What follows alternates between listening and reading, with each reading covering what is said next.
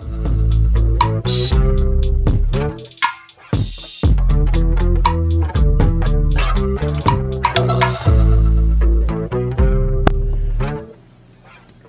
it's recording. Is it? Yeah. Oh yeah, I see the red shit on the front. Okay, cool. Alright. Hey now.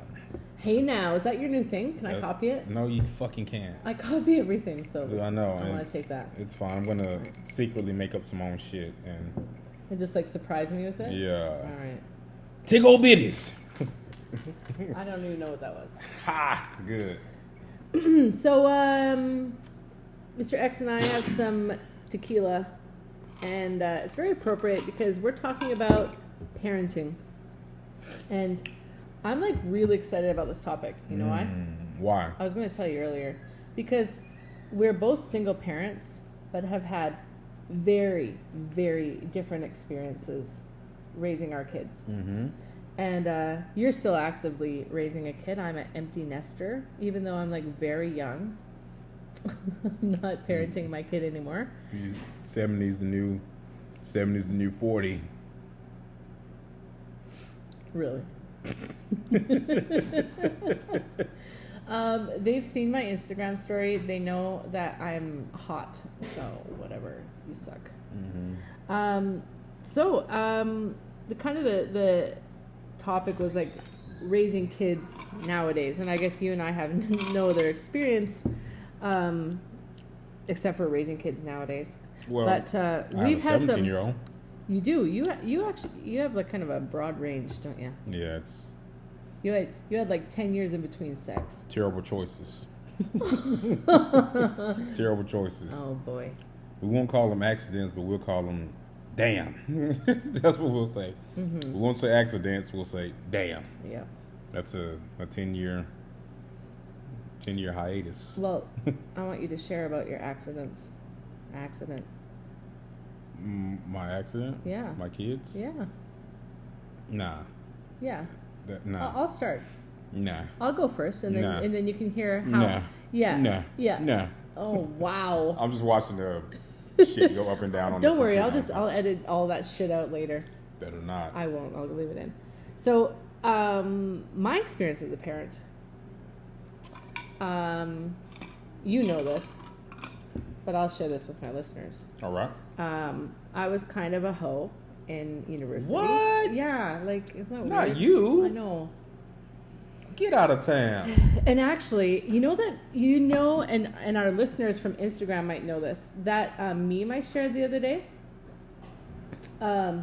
about, oh shit, you just distracted me. I'm sorry. Damn it. Totally lost my train of thought. I think blame it on the alcohol. So either blame it on the alcohol or the dick implant. Oh, one of the two. about being re-virginized. Okay, so this is what happened.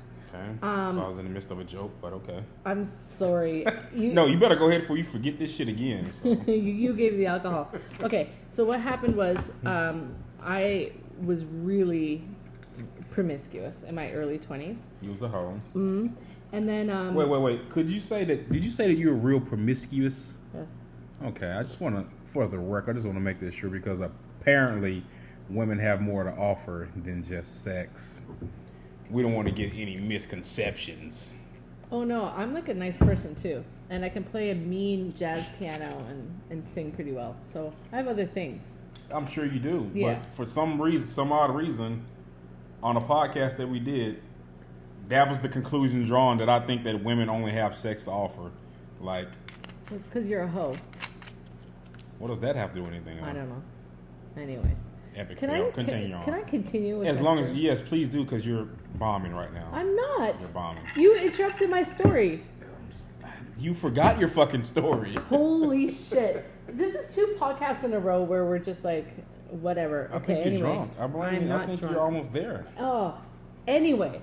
So I quit college, and after my first year, because I just had like a lot of emotional problems, and maybe I'll talk about that some other time. You're a whore, and It wasn't took a because toll on you. it wasn't because all my whoring just like forced me to quit university, you know. Anyway, I got treatment for depression and anxiety, and kind of had this like newfound respect for myself. Did they ever fix that whole problem though? Or? They did. Okay. So The I'm pills, getting back. or- I'm getting back to the meme thing about being like re-virginized. So I go back to that college. I think that's so cute. How women just get to claim that shit right back. I'm a born again virgin.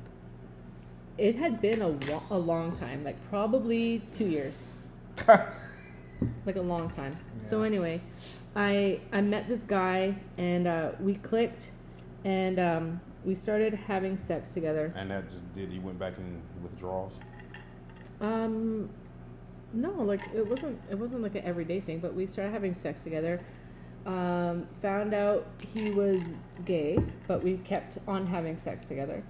Okay. I was being very irresponsible and just not taking birth control. Mm-hmm. And I got pregnant in college. It was like at the beginning of the second semester. It was March 8th. That was the day I got pregnant. Wow. Yep.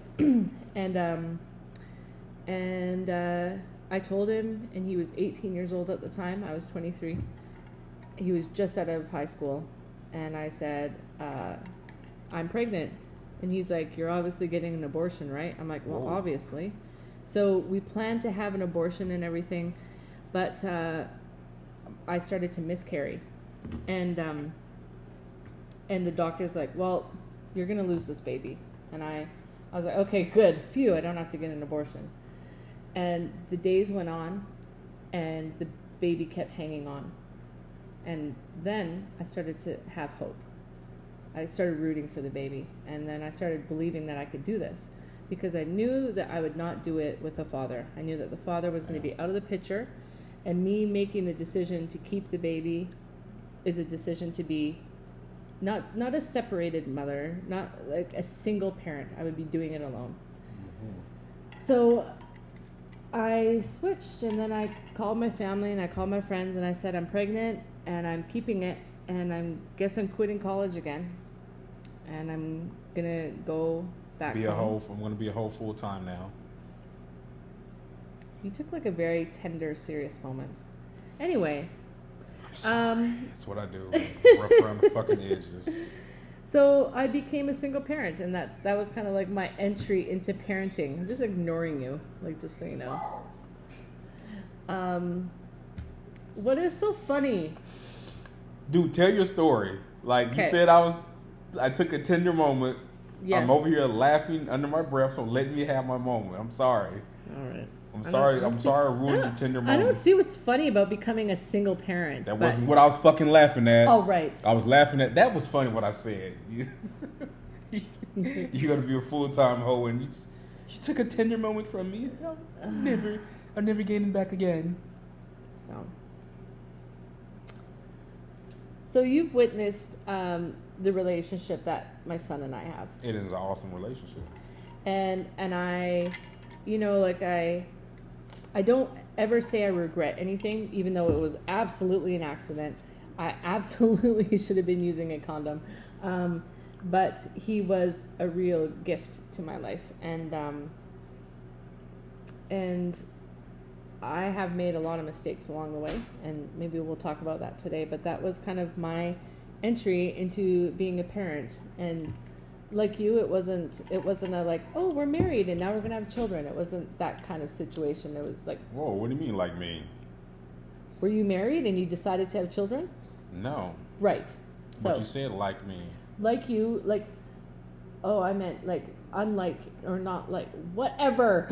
I'm drunk, okay? I meant like, just like you, I didn't decide to be a parent because I was married and had the white picket fence.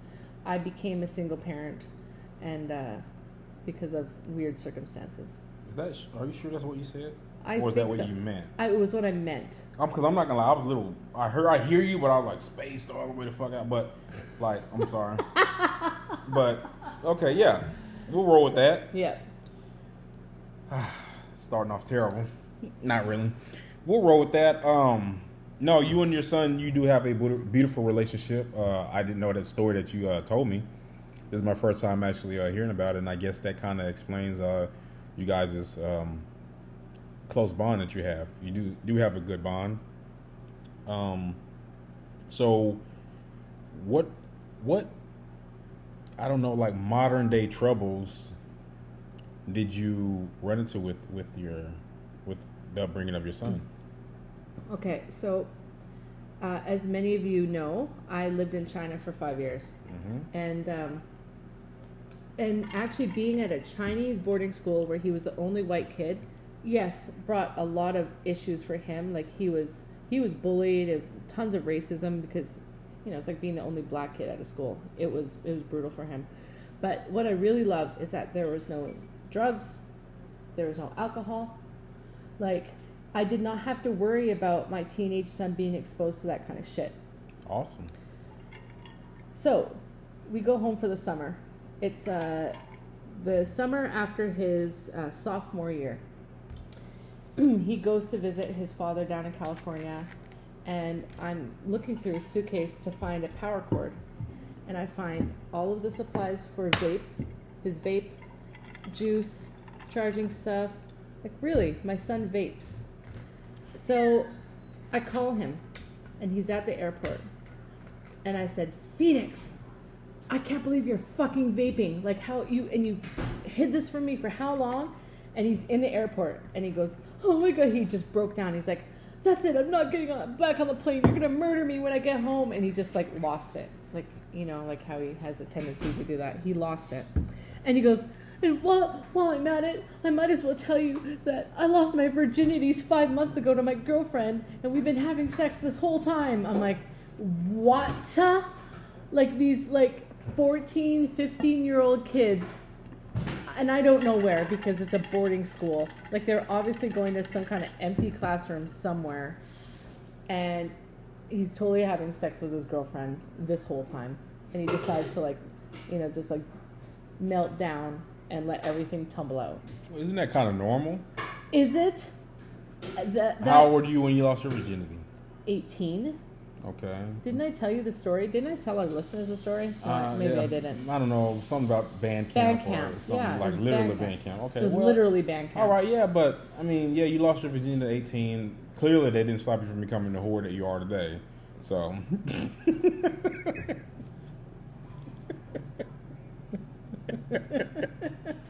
I'm sorry.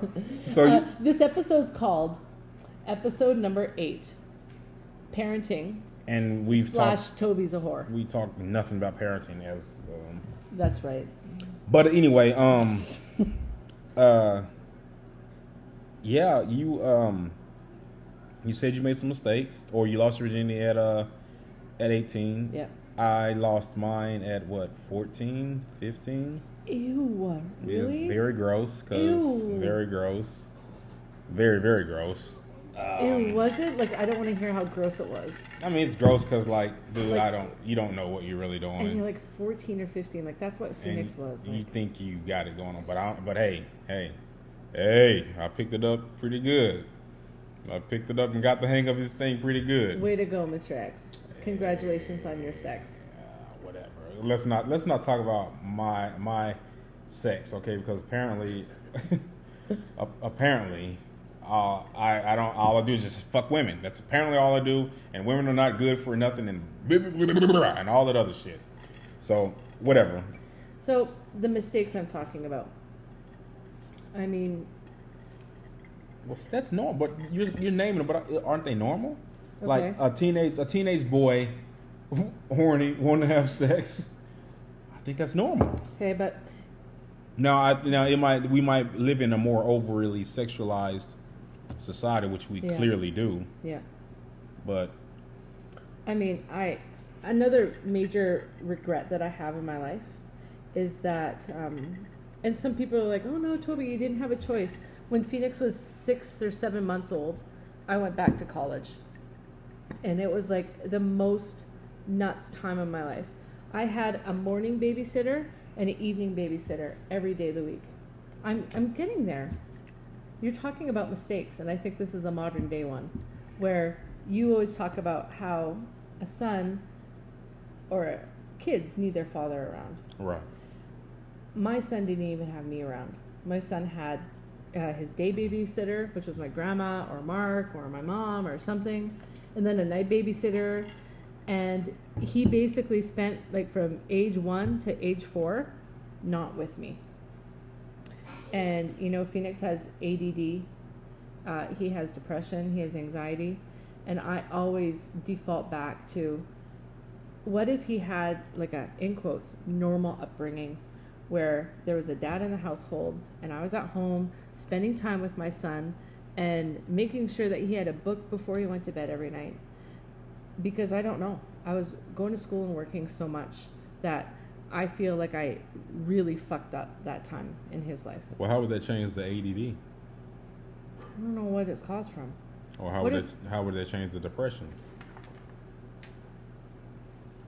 What if me not being there, like in the fundamental years of the formation of his brain and all that shit, what if I fucked that up? I doubt if you did. We don't, because I remember you talking, we don't really know what he's depressed about. So, I know. Even if that is the case, you know, we do the best we can as parents, but we don't know exactly what is that's causing his depression, you know? Yeah. So, yeah.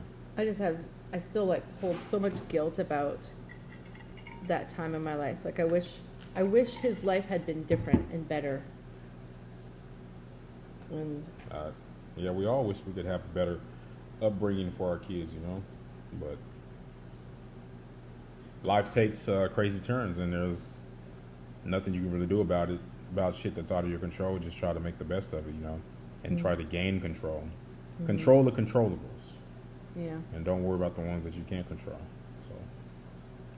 Yeah. So now he dropped out of college a couple months into it, and he suffers from depression, but he's getting better, and it's really hard as a parent to. Wait, he dropped out of college? Yeah.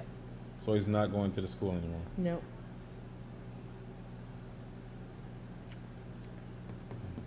Wow. I didn't know that. You didn't? No, you didn't tell me that. You told me that he was thinking about it and that he started going back and he's getting help for his depression. You didn't say that he finished, that he's done with it. Yeah. Well, he's young. He still has a long time to get his shit right, get it together. It's better at the beginning stages than to try to scramble and do it later on, but he still has a lot of time, and hopefully he'll find his way, man. College wasn't for me. A lot of people think I went to college or whatnot, but nah, it just wasn't for me. It wasn't for me. I'd rather work. But we're not going to get into that right now about why I don't think college is meant for everyone. We're not going to get into all that right now. Well, just the thing I had to accept, like as a parent of like a grown-up son, is that it's exactly like you say all the time, that college isn't for everybody. And it certainly wasn't for him right out of high school when he was very young, never lived on his own, never had a job, never lived away from me. And it was just like too much too soon, and I wanted to like hover and help him and force him to do stuff, stay in school. But I just eventually had to let it go and let him make his mistakes. Yeah. And his choices. Yeah. Yeah. At a certain age, you can only give them guidance and just try to steer them in the right direction. The choices at the end of the day is ultimately going to be theirs, or what they decide to do, you know. So, I mean, you can't force them to do anything, you know. So, force creates resentment and rebellion. So, I just give advice. There's another certain shit that I will force them to do, you know, as far as house rules and shit like that. But when they starting to get at the age that starting to make their own decisions, that they'll end up ultimately regretting their own decisions that they don't make. I think today, if I could have it all over again, like I'm good at the age that my kids are, but like. And how old are they now? I have a 17-year-old who will be 18 this year, and I have a 9-year-old son. My daughter's at 17, and yeah, I'll get into that story on another day. But yeah, it's madness. But but I don't really have any trouble out of my my oldest kid. Her mom We co-parent. Her mom, I'm not gonna lie, is doing a awesome job of guiding her and sending her on the right path to become a young lady. She's in she's fluent in Spanish. She's in AP classes. She's an excellent cook. That's what she wants to do. She wants to start launching like this side business to where she's cooking desserts because she likes to bake. That's her thing, and I'm trying to push her to do that. She does have a job currently. She's been holding it down for almost a year, and I've been telling her, you know, hey, save your money while you can, you know. And for the most part, she does, but you know, she's still gonna be that young, with the mindset of being an independent teenager that wants to be able to buy whatever she wants because she has her own money. And I get that because that was me. I started working when I was very young. But we really haven't had any problems out of her. No trouble in school. Doesn't skip school. We've had the typical boy issues. So one time we found a hickey on her neck, and her mom went over to the young man's house and talked to his parents. Yeah, her mom doesn't play that shit. But she was respectable, you know. Yeah. But you can't just talk crazy to people all the time anyway. Sometimes they deserve it. Sometimes you got to bite their ass off. But even though she's 17, she kind of grew up in a semi-different era. I can definitely tell the difference between her upbringing and the time that she's in and my son's upbringing. Really? Oh, yes. It's much more open now as far as the agenda that's being pushed on the children. Because to me, there's an agenda being pushed on the children. Over-sexualized. So, yeah, go into specifics. It's interesting that you have two kids, like you said, like their ages are so different. What is different? What's different is, even though there's, people might not say that's a huge gap, but there's a 10-year age difference, and those 10 years, I can see how their immediate generation is different. Like there wasn't a push for transgenderism when she was coming up. It was in the early stages, but it wasn't being pushed and forced and promoted. There wasn't transgenders coming to her school and reading to her and accidentally flashing the fucking kids while she's reading a book. None of that was going on. I believe even though transgenderism would have been accepted back then, that type of behavior wouldn't have been accepted. There wasn't a lot of gay couples on TV back then when she was coming up. Right. My son was watching TV. This was actually last year, but I'll never forget it. My son was watching TV.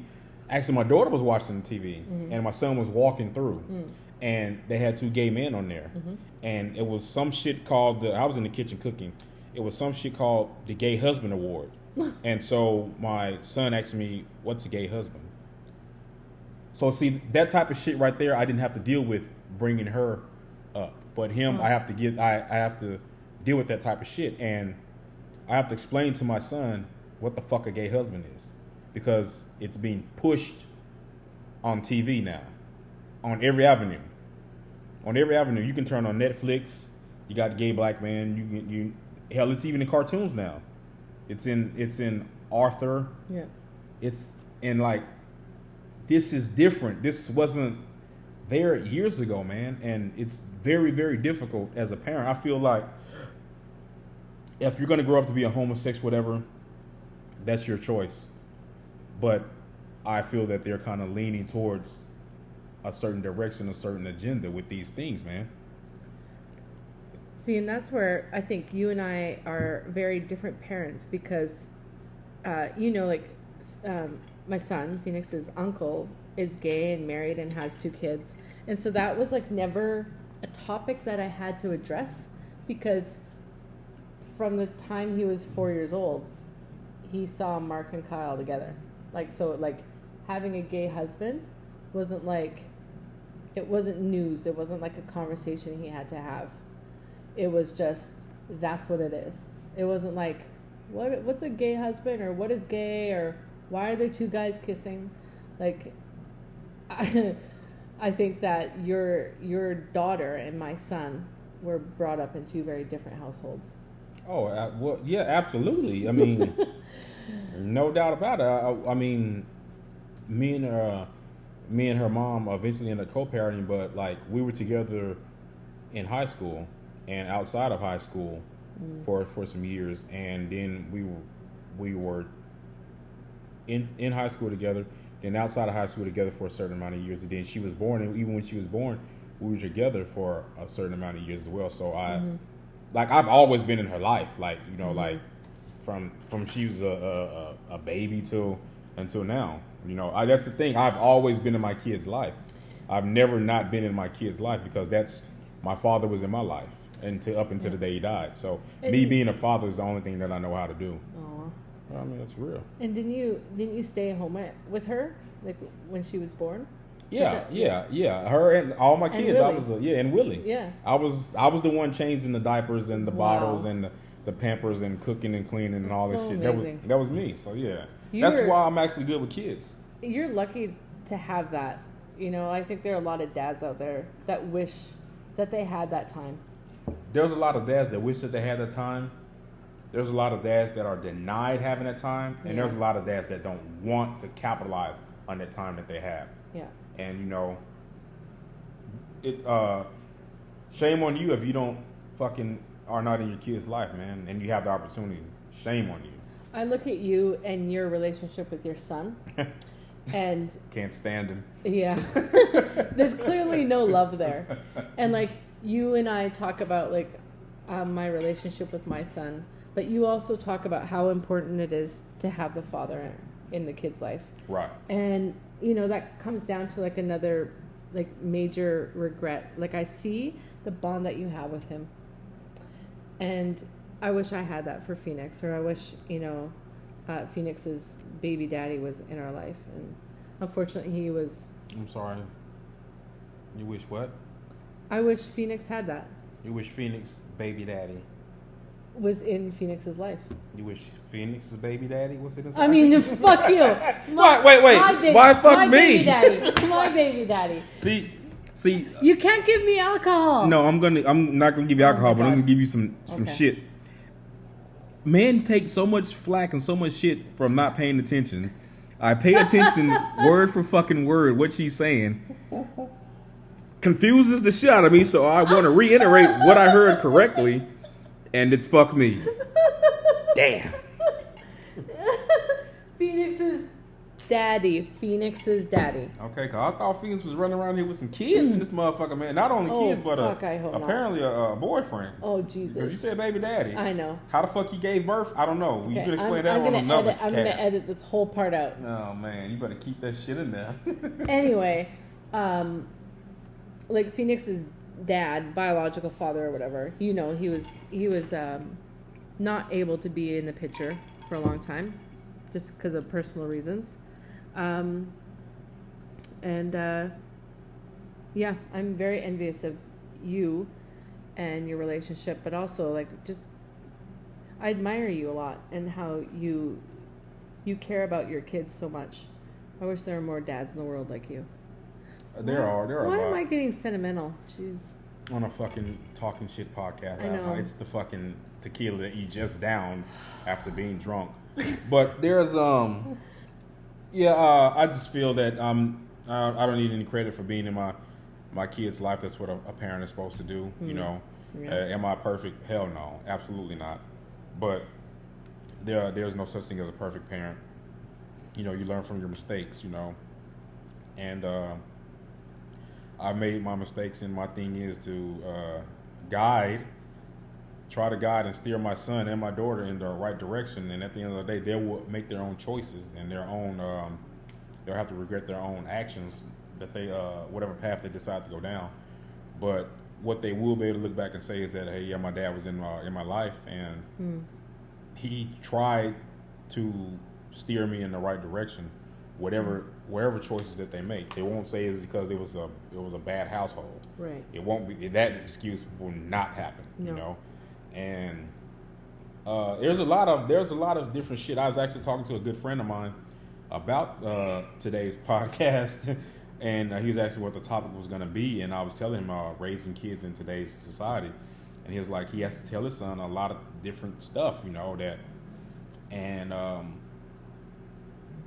Willie's starting to see racism. He's starting to see it because Really? he's coming and telling me different things, and I have to explain to him these different things. So, but my daughter, when she was growing up, it wasn't out it was there, but it wasn't out in the open like it is now, and so my son asks me questions, why this is like this, or why am I hearing this, or why is this going on, and I have to explain to him because it's out in the open. Like our second podcast, I think, the elephant in the room that America's gonna eventually have to address. Right.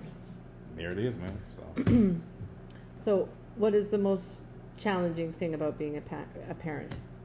The most challenging thing about being a parent is keeping your children's focus and them not living up to the social media bullshit and not living to the TV and whatever it is, Hollywood or social media hype, Yeah. because those I mean, let's face it, they're not role models. Some of these social media people are not fucking role models, man. Yeah. All right, what is this little girl you got running around, Bad Barbie or whatever her name is? Bad. That's not a role model, right? But she's social medially famous, if that's a word. She's famous from social media. Yeah. All right, what is she famous for? Disrespecting her mom. Yep. On Dr. Phil or whatever show it was, and made a fucking career out of that. Yep. So that's the difficult thing about keeping keeping your kids' attention in a positive light. Because I feel like we said, you're running around and working and doing this and that so much that social media and TV is kind of raising your kids. Yeah.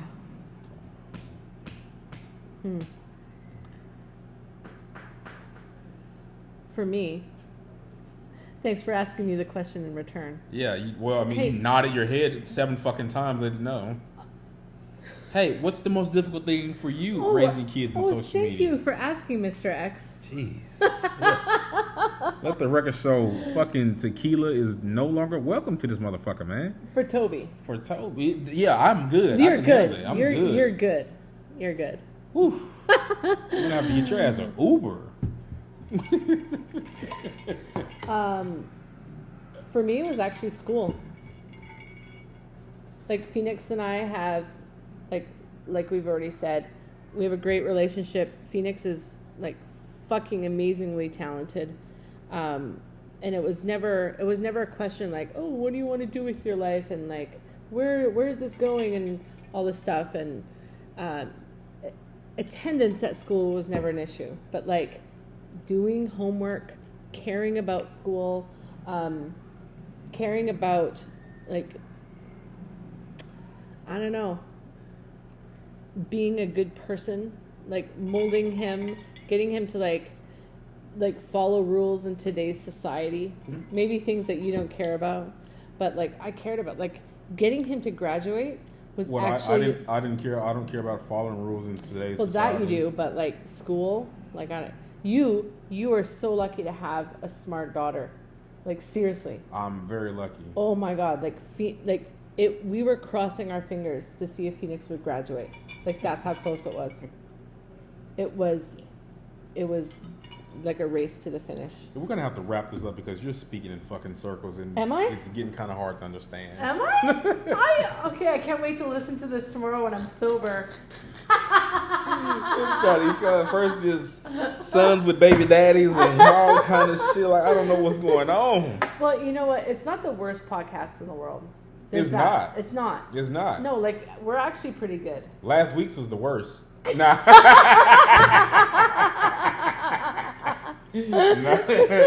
Nah. We've actually been getting some compliments. Got some listeners tuning in, man. So we're feeling good, man. It's okay if there's, Tobi's not focused for one or two. You almost spit out your almost drink. Fucked up your fucking laptop here again. Again, yeah. Anyway. Any last thoughts on parenting? Oh, here, you give a piece of advice for parents, and I'll give a piece of advice. How about that? Of advice for Yes. parents, okay? Yeah. If you're a parent, I advise you to love your kids, cherish their moments, smoke as much weed as you possibly can, and have wild, hot, freaky circus sex. That's my advice. Bam! That is bad advice. The first part I was like, oh my God, Mr. X, you're so tender. So tender and sweet. What a nice dad. PC. Nah, that ain't me. Okay, I can't be funny like that. When you've been funny all the fucking episode, so. Oh my it's God. Fine. All right. Okay, so I don't know what my advice is because I feel like I was a bad parent. But, Oh. She's gonna cry when we go off air. Go cry in the car, Craig.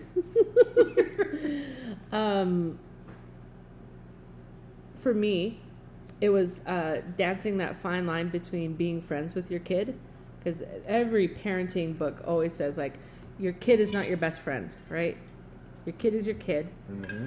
And my advice has always been to stand by your rules and don't sway from them. So if you say, if you don't do this, then you're not going to the movies. Don't fucking let them go to the movies anyway. Or if you don't get this homework assignment done, you're not going to get video game time. Don't let them play video game time anyway. Let them know who's boss. Because then when you have to ask them to do something or you're demanding of something, they'll know that you mean business and there's no negotiating. Right. So even though Phoenix and I have a very loving relationship and we're very good friends, he knows when I say something that's the rule. Right. Do you feel that my son knows that as well? Yes. There you no go. Question. There no you go. question. That's how you do it. Yeah. So all of these wishy-washy parents, like, oh, I'm going to count to 3, and then, I'm counting to 1. Something will happen. Like, I don't know what it is, but, something. Like, fuck. Just, like, tell them what to do. I'm going to count to 1, and I'm going to give your ass that look. Exactly. And that look means, when we get home, I'm going to fucking skin you alive. Oh, shit. That's a scary look. Like, I can say all that shit with my eyes. That's amazing. Oh, so man. talented. That black culture. What is that? Can you teach me black culture? No, negative, Batman. All right. It's fine. Can't give away our secrets. Let the record show that Mr. X gave me the N-word pass earlier tonight, and I did not take it. And she used that shit up. She used it up already. Shit, did I? We're about to throw her out of this motherfucker. Okay, it's Chinese. Okay, just so you guys all know, that in Chinese is nigga. Just so you know. So if you point at something, like if they ask like jiga shima, which means what is that? And you go that, like nigga. It means that.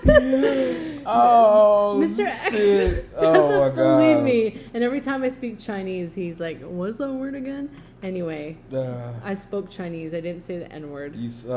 Hey, it was nice knowing y'all. We'll probably get this fucking podcast yanked off of all our major platforms now because someone wants to drop 6 or 7 N-bombs. It's Chinese, but anyway, you're racist. Yeah. Okay. Suddenly I'm racist. My son's mixed. Suddenly I'm racist. Oh my goodness. Yeah. Okay, well, have a good night or morning or whatever. And we'll try again next week. We'll be better, we promise.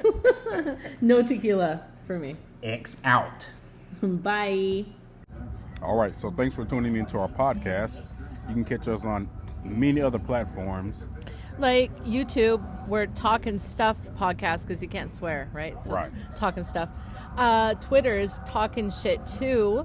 I didn't get it quick enough. Spotify, talk, quote, quote, shit.